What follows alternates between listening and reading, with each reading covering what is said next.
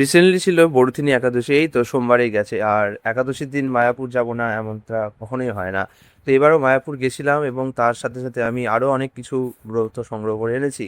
এবং আমি দেখলাম যে প্রায় আমি সমস্ত প্রকার গ্রন্থই সংগ্রহ করে এনেছি। এখন আর সেরকম কোনো গ্রন্থ বাকি নেই। তবে হ্যাঁ, যদি কোনো নতুন গ্রন্থ প্রকাশিত হয় সেটা একটা প্লাস পয়েন্ট হবে। ও না, এই গ্রন্থটা না, এই গ্রন্থটা এমনি পড়ছিলাম। তো এইবার দেখুন, একাদশীর দিনে আমি এই এতগুলো গ্রন্থ সংগ্রহ করে এনেছি। এবং এই সমস্ত গ্রন্থের মধ্যে এই গ্রন্থটা এবার নতুন প্রকাশিত হয়েছে। তো এই গ্রন্থটা আপনি তাড়াতাড়ি কিনে ফেলুন, কারণ সবে প্রকাশিত হয়েছে। এই তো ব্যাস পূজা গেল না, এই ব্যাস পূজাতে প্রকাশিত হয়েছে। এটা হচ্ছে আমার পুত্র একজন হরে কৃষ্ণ গুরু, এটা হচ্ছে জয়প্রতাপ স্বামী মহারাজের মা।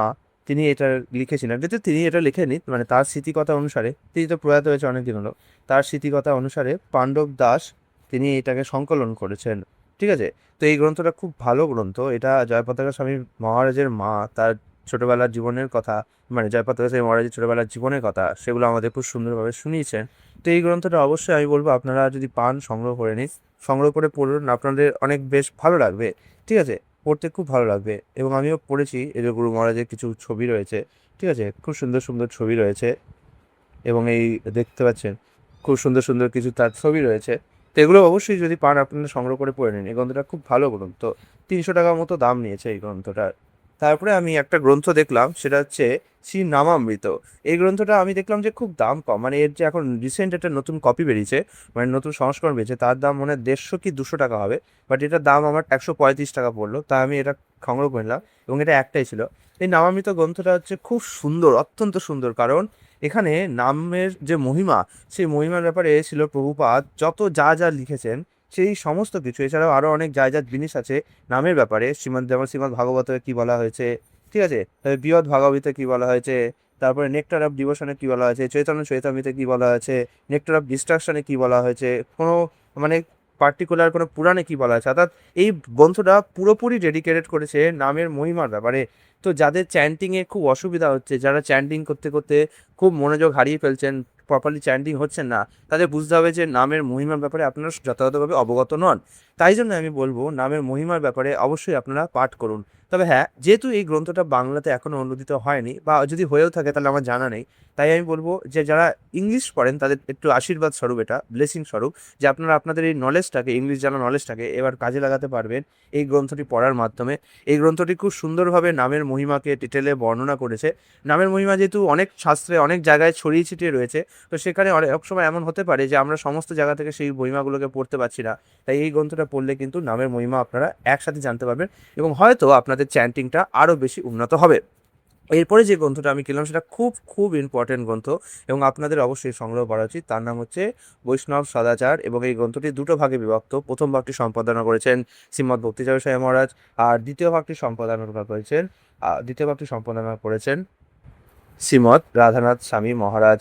ঠিক আছে। তো এই গ্রন্থটা এত সুন্দরভাবে রচনা করা হয়েছে, এবং বৈষ্ণব সদাচারগুলোকে এত সুন্দরভাবে উল্লেখ করা হয়েছে, যে এই গ্রন্থটা পড়ার পরে আমরা বুঝতে পারবো যে আমরা হয়তো অনেকে বৈষ্ণব হইনি। কারণ বৈষ্ণব হতে গেলে যে কোয়ালিটিসগুলো আমাদের মধ্যে ডেভেলপ করতে হয়, যে কারোর মঙ্গল চিন্তা করা, শুধুই নয় বরঞ্চ যদি কেউ শত্রুও হয় তবুও তার মঙ্গল চিন্তা করা, সেটাও যে বৈষ্ণবের একটা বড় লক্ষণ, বড় গুণ। কাউকে শত্রু হিসাবে না ভাবা, সবাইকে পরমেশ্বর ভগবানের অংশ হিসেবে ভাবা। এবং আরও অনেক আছে, বিশেষত শৌচতা। যেমন এখানে গৌরবেন্দ্র স্বামী মহারাজ বলছেন যে মলত্যাগ করার পরে অনেকে স্নান করে না, কিন্তু এটা ঠিক না। মলত্যাগ করার পরে স্নান করা উচিত। ঠিক আছে। তারপরে নামের সময় শুচিতা পালন করা উচিত। নানান জিনিস, নানান বিষয় এখানে আছে। ঠিক আছে। এখানে প্রভুপাদ অনেক পত্র পাঠিয়েছিলেন, সেই পত্রে কীভাবে শুচিতার কথা উল্লেখ করা হয়েছে, সেই পত্রগুলো তো সন্নিবেশিত হয়েছে। এবং নানান জায়গা থেকে কীভাবে মন্দিরে আচরণ করা উচিত, ভক্তদের সাথে কী করে আচরণ করা উচিত, প্রসাদ গ্রহণের সময় কীভাবে আচরণ করা উচিত, প্রসাদ নিবেদনের সময় কী আচরণ করা উচিত, প্রসাদ পরিবেশন কীভাবে করা উচিত, সব কিছু কিন্তু খুব সুন্দরভাবে এই একটা গ্রন্থের মধ্যে সন্নিবিষ্ট হয়েছে।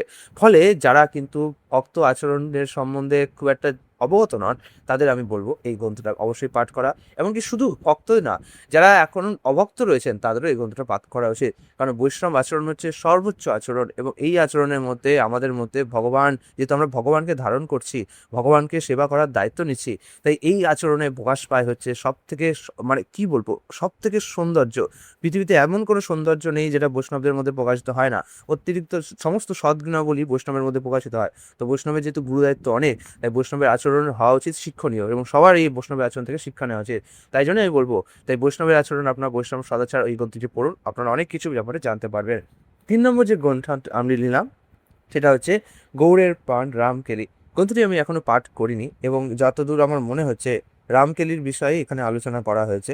এবং গৌড়ের প্রাণ রামকেলি, আমি যদি এর ভূমিকাটা পড়ি তাহলে রামকেলির মাহাত্ম্য, সনাতন গোস্বামী রচিত গ্রন্থাবলী, জীব গোস্বামীর গ্রন্থাবলী ইত্যাদি হয়তো এই গ্রন্থে আলোচনা করা হয়েছে। ঠিক কী ব্যাপারে এক্স্যাক্টলি গ্রন্থটা আছে না পড়ে এর বলা একটা ধৃষ্টতা হয়ে যাবে, তাই আমি এর বিষয়ে খুব বেশি বলছি না। যখন পড়া হয়ে যাবে তখন আমি পড়ে বলবো। এবং গ্রন্থটা আমার যতদূর দেখে মনে হচ্ছে ছোট্ট একটা ক্ষুদ্র পুস্তিকা মতো এবং বেশ সুন্দর। তবে এর প্রিন্টিংটা দেখুন, এত সুন্দর পেপার, 30 টাকা দাম বইটার মাত্র, কিন্তু পেপার কত সুন্দর ব্যবহার করা হয়েছে, কত সুন্দর এর ছাপা। ইসকনের এই গ্রন্থগুলো না সত্যি আমার মন প্রাণ জুড়িয়ে দেয়। আমি এত গ্রন্থ দেখেছি কিন্তু কখনোই এত সুন্দর ছাপা, এত সুন্দর মানে যত্ন নিয়ে তৈরি করা গ্রন্থ আমি এর আগে কখনো দেখিনি। তবে এত সুলভ মূল্যে দেখেছি, কিন্তু কিন্তু তার দাম হয়তো 50, 60, 100 টাকা হয়।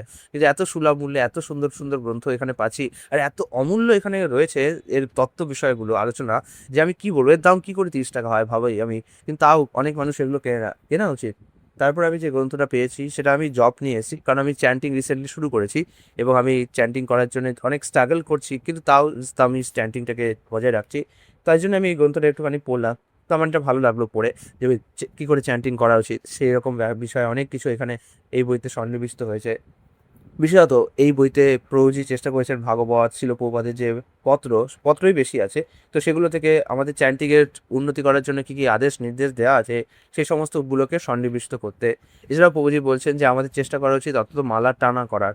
আমার যেমন মালা টানা হয় না, মানে একবারে 20 মালা হয় না, আস্তে আস্তে ধীরে ধীরে ধীরে ধীরে ভাগ ভাগ করে হয় দিনের। তো প্রভুজি বলছে যে মালা আমাদের অবশ্যই টানা করার চেষ্টা করা উচিত, ঠিক আছে, ভাগ ভাগ করা থেকে টানা করার চেষ্টা করা উচিত এবং সকালে উঠে করা উচিত। এবং আরও অনেক কিছু এই বলা হয়েছে। এছাড়াও এই গ্রন্থটির শেষের দিকে কিছু এর পবিত্র পূর্ণ শ্লোক আছে, যে শ্লোকগুলো নামের মাহাত্ম্যকে আরও বর্ধিত করেছে, যেমন স্কন্দ পুরাণ, পদ্ম পুরাণ, বিষ্ণু জামল। তো এই নাম সংকৃত শ্লোকগুলি খুব ইম্পর্টেন্ট শ্লোক, এগুলো বিভিন্ন পুরাণে ছড়িয়ে ছিটিয়ে রয়েছে। তো এই গ্রন্থটি আনলে আপনারা এই শ্লোকগুলোকে একসাথে পেয়ে যাবেন। গ্রন্থটির দাম নিচে 200 টাকা। এছাড়াও শিক্ষাষ্টকম রয়েছে, এরকম বিভিন্ন রকম না চৈতন্য চৈতামৃত, চৈতন্য ভাগবতে নামের ব্যাপারে কি মহিমা বর্ণনা করা হয়েছে সেগুলো এখানে রয়েছে। কিছু পদ্ধতি রয়েছে, কিছু আপনার টিপস রয়েছে যেখানে আপনি জবকে আরও সুন্দরভাবে উন্নতি করতে পারবেন। তাই বলবো এই গ্রন্থটি আপনি একবার ট্রাই করে দেখতে পারেন। যদি আপনার জবে উন্নতি হোক বা না হোক, আপনি গ্রন্থটি অন্তত পড়ুন। পড়লে হয়তো আপনার আরও বেশি ভালো ইনসাইট পেতে পারবেন। তারপরে আমি যে গ্রন্থটি আনলাম সেটা আমি বিশ্বাস করিনি যে এটার দাম 60 টাকা হতে পারে, কারণ এখানে আমি US ডলার প্রিন্টিংয়ে দেখলাম $15, আর $1 তো এখন প্রায় 90-এর কাছাকাছি, তাহলে $15 মানে কত হতে পারে। তো গ্রন্থটির দাম দেখলাম 60 টাকা, তাই বললাম এটা একটা ভালো বেশি বার্গেনিং রেট। কারণ এই গ্রন্থটির যা পৃষ্ঠা কোয়ালিটি এবং যা ছাপার কোয়ালিটি, তা আমার কখনোই 60 টাকার যোগ্য মনে হয়নি। মনে হয়েছে এটা 100-150 টাকার গ্রন্থ হওয়া উচিত ছিল। যাই হোক, আমি 60 টাকায় পেয়ে গিয়েছি গ্রন্থটা। এই গ্রন্থটা একদমই যারা সায়েন্সের স্টুডেন্ট তাদের জন্য খুব ভালো হবে, এবং যারা লাইফের সম্বন্ধে জানতে চাইছেন তাদের ব্যাপারে ভালো হবে। কিন্তু হ্যাঁ, যারা সায়েন্সের স্টুডেন্ট নয় তারা কি পড়তে পারবে না? হ্যাঁ, চেষ্টা করতে পারবেন, বাট কিছু বেসিক আন্ডারস্ট্যান্ডিং তো সায়েন্সের লাগবেই, ঠিক আছে? যেমন পরমাণু কি, অণু কি, কীভাবে কাজ করে, বায়োলজি কী করে কাজ করে। তো একটু বেসিক আন্ডারস্ট্যান্ডিং ছাড়া আপনাদের এটা পড়তে একটু অসুবিধাই হবে। তাই আমি বলবো যে যারা সায়েন্সের স্টুডেন্ট না বা সায়েন্স সম্বন্ধে কোনো নলেজ নেই, তারা এই গ্রন্থটি সেরকমভাবে স্বাদ পাবে না। তবে আজকাল তো জেমিনি এসে গেছে, মানে AI এসে গেছে। তো কোনো জিনিস বুঝতে অসুবিধা হলে আপনি স্ক্যান করে জেমিনিকে জিজ্ঞেস করতে পারেন যে এটা কি আছে। তো আমি বলবো না যে আজকের দিনে দাঁড়িয়ে আপনাদের এটা কোনো বাধা হতে পারে, বরঞ্চ জেমিনিকে বা AI-কে জিজ্ঞেস করলে সে তো খুব সাধারণভাবে, খুব সহজভাবে বুঝিয়ে দেবে যে এই জিনিসটা এই। তো আমি বলবো যে আপনারা পড়ুন। কৃষ্ণ সম্পর্কিত যে কোনো জিনিসই অত্যন্ত চিন্ময়, অত্যন্ত দিব্য। তো তার জন্য আপনাদের অবশ্যই সেটা পড়া উচিত। এরপরে যে লাস্ট অন্তিম গ্রন্থটি, সেটা আমার অনেক দিনে কেনার ইচ্ছা ছিল কিন্তু আমি পাচ্ছিলাম না। সেটা হচ্ছে গৌড় কৃষ্ণ জগন্নাথ। গ্রন্থটির দাম নিয়েছে 150 টাকা। আমি শুনে স্টান্ড হয়ে গেছিলাম, কারণ গ্রন্থটির যে পরিমাণ, মানে যে কন্টেন্ট, যে ভারী এর গুরুত্ব, তার 150 টাকার যোগ্য নয়। আরও আরও অনেক দাম হওয়া উচিত ছিল। এবং যে পরিমাণ সুন্দর এর ঝকঝকে ছাপা, আর যে সুন্দর এর পৃষ্ঠা, তো পৃষ্ঠাটা দেখেছেন পুরো একদম মখমলের মলিন পৃষ্ঠার মতো।